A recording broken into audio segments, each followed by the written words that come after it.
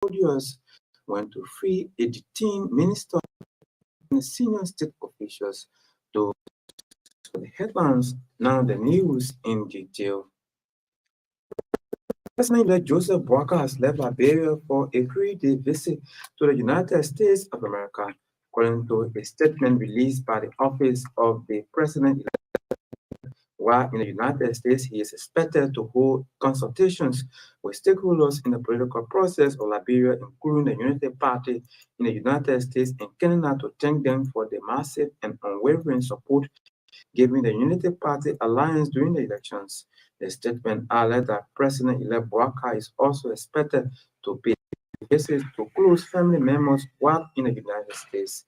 Vice President-elect Jeremiah Cohen will conduct the affairs of the joint presidential transition team, includes consultation with the Unity Party alliance while President-elect Boakai is away.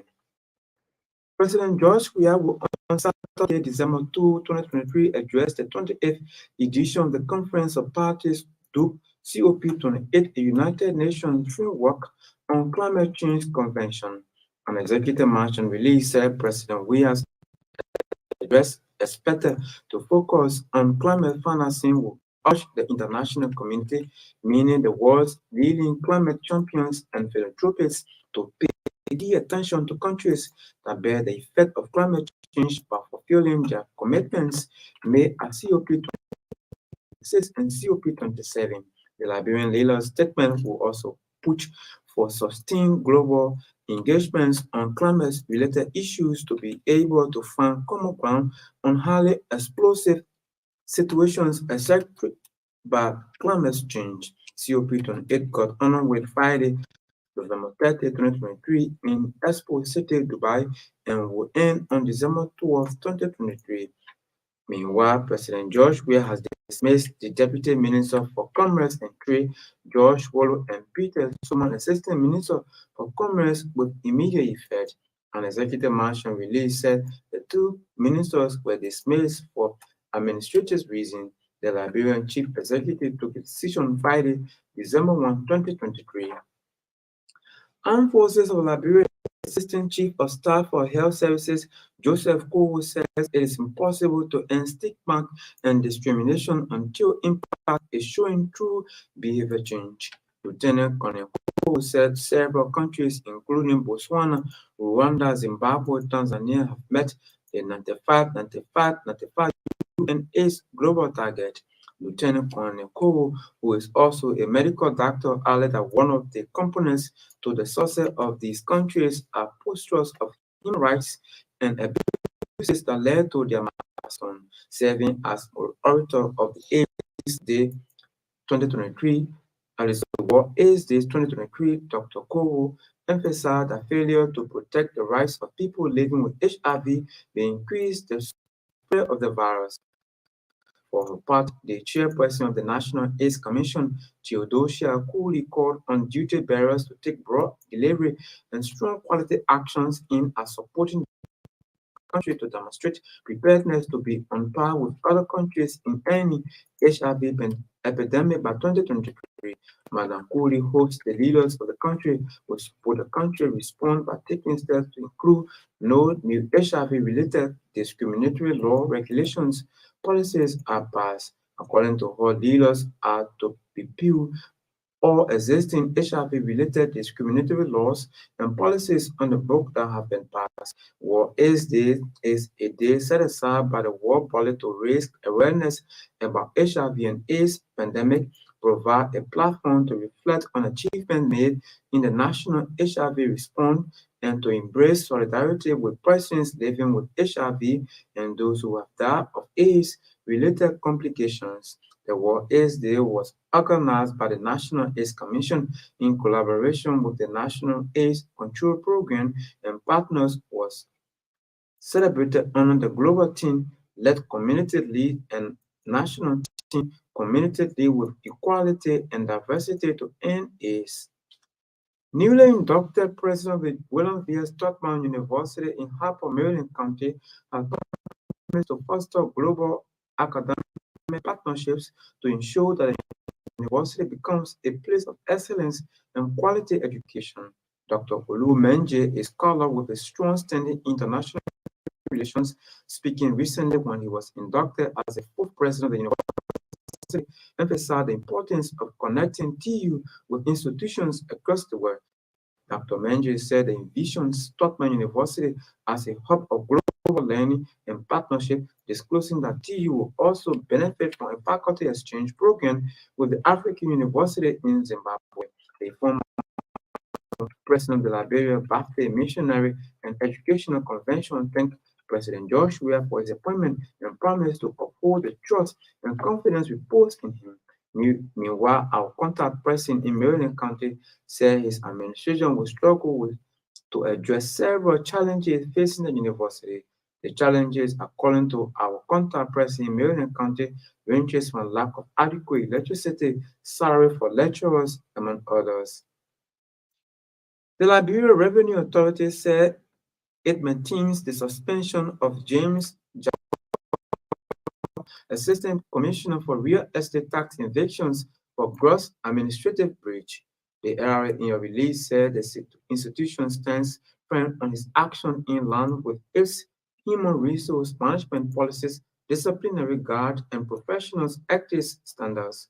The LRA release further states that all employees, including James Jabot, are subject to disciplinary measures based on professionalism and adherence to established protocols. The release further quotes the Revenue Authority as saying it upholds rigorous ethical standards applicable to all staff, regardless of positions, emphasizing its commitment to revenue collection for national development and safeguard taxpayers' interests and organizations' reputations.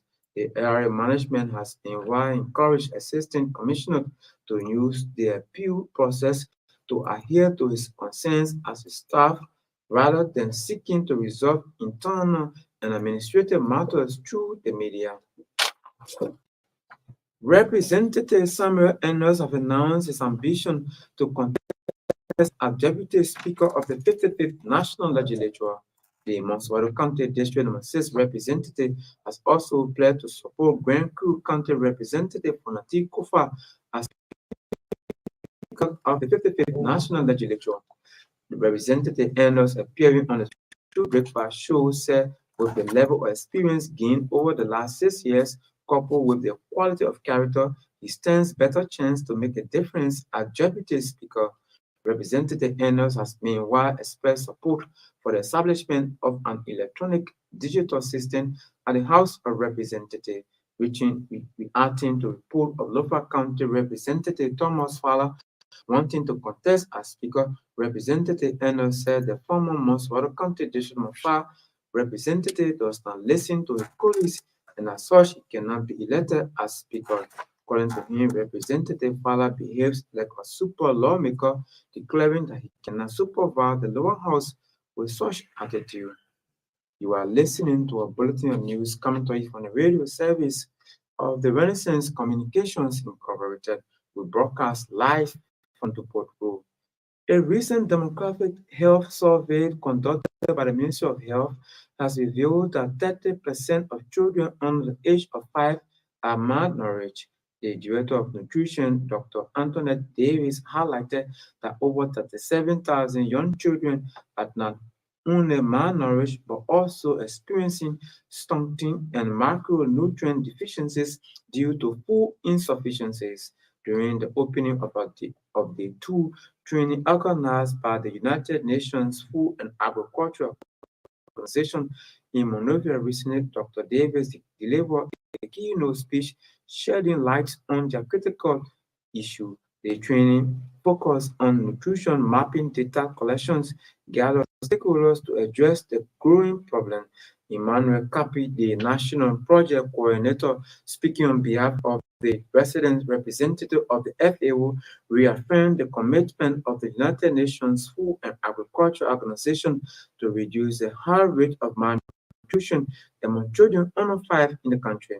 The training, facilitated by the International Nutrition Data Analysts from the FAO headquarters in Rome, Italy, brought together data collectors from Liberia's 15 countries, emphasizing a collaborative approach to tackling this pressing health concern. And away from Liberia now, the heavy gunfire has reported in Guinea-Bissau capital on Friday morning, hours after some National Guard soldiers went to free a detained minister and a senior state official. Members of the National Guard took to the officials before seeking refuge in barracks south of the capital. Special forces then intervened after attempts to negotiate failed, resulting in an exchange of gunfire. Calm is said to have been restored. The leader of the group of the soldiers who were trying to free the two men is now being held by the army. The situation is completely under control. The AFP news agency quotes army spokesmen as saying Finance Minister Suleiman Sidi and Antonio Montero, the Secretary of State for the Treasury, had been detained amid investigation into alleged irregular withdrawal of 10 million of United States funds, that is of states funds. They were questioned on Thursday afternoon by an anti-corruption inquiry to clarify payments to 11 companies. In a preliminary parliamentary sections on Monday, the leader of the country's main opposition party alleged that the owners of the companies were close to leaders of the country's governing coalition. President Umaru Siseko Embalo is currently out of the country attending the UN COP28 climate conference in Dubai. On Friday morning, regional